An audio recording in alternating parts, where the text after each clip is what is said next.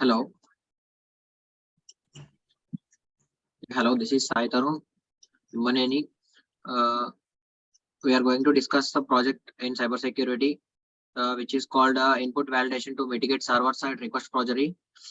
Yeah, first we will go to the name like server-side request forgery means it's a vulnerability that enables a malicious attacker to cause the web server to send an additional or modified HTTP request to an attacker to preferred location. There are different types of attacks like access to unauthorized areas or access to customer or organizational data like big companies or ability to scale to the internal networks. We will explain server-side request forgery, give you a few typical examples and show you how to identify and take advantage of different SSRF vulnerabilities. Server-side request forgery is a web security flow that allows a rogue website to devise a server-side application into sending requests to its SSRF. It's a typical SSRF attacks. The attackers may give the server instructions to connect to internal only services located within the infrastructure of the company. They might occasionally be able to force the server to establish connections with attributary outside systems, exposing private information like authorization credentials. And next, Lahari, one of my teammate, Lahari will continue the project. Yeah.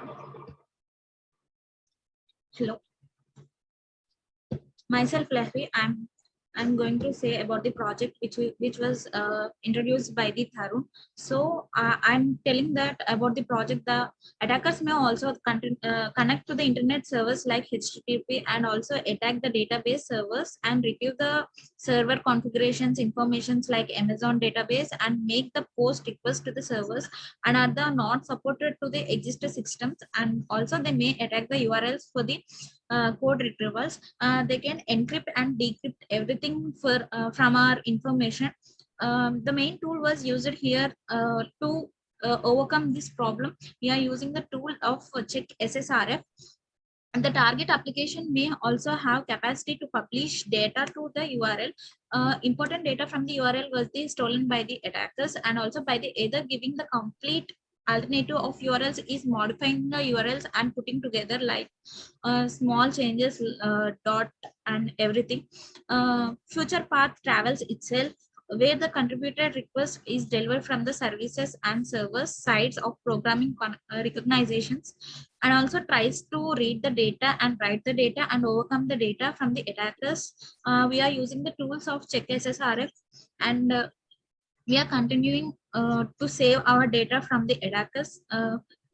Availability and servers are immediately visible for the read from the data from ourselves of data, and also attackers may also able to use the access the servers and not immediately visible and immediately readable for us. So we have to maintain our data secretly and save our data. Tools are very much useful. That check SSRF is very much highlighted in this project, and some of the part continuing by our friend of Tarun Raj. Hello, my name is Tarun Raj. I am from Team 3, and today I'm going to explain the attacks which are happening at the server itself and the SSR attacks happening at the back end of the systems. So in an SSR attacks against the server itself, the attacker forces the application to submit an HTTP request back server, hosting the application using its loop back network interface.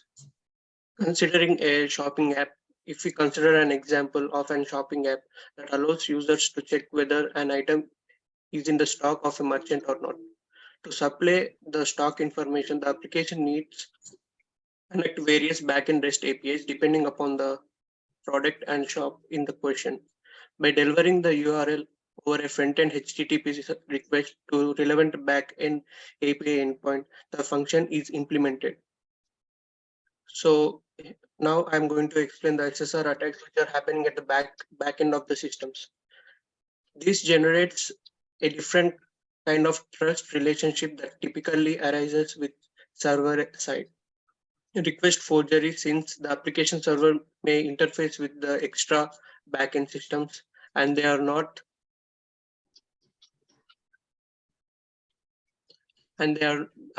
immediately accessible by the users.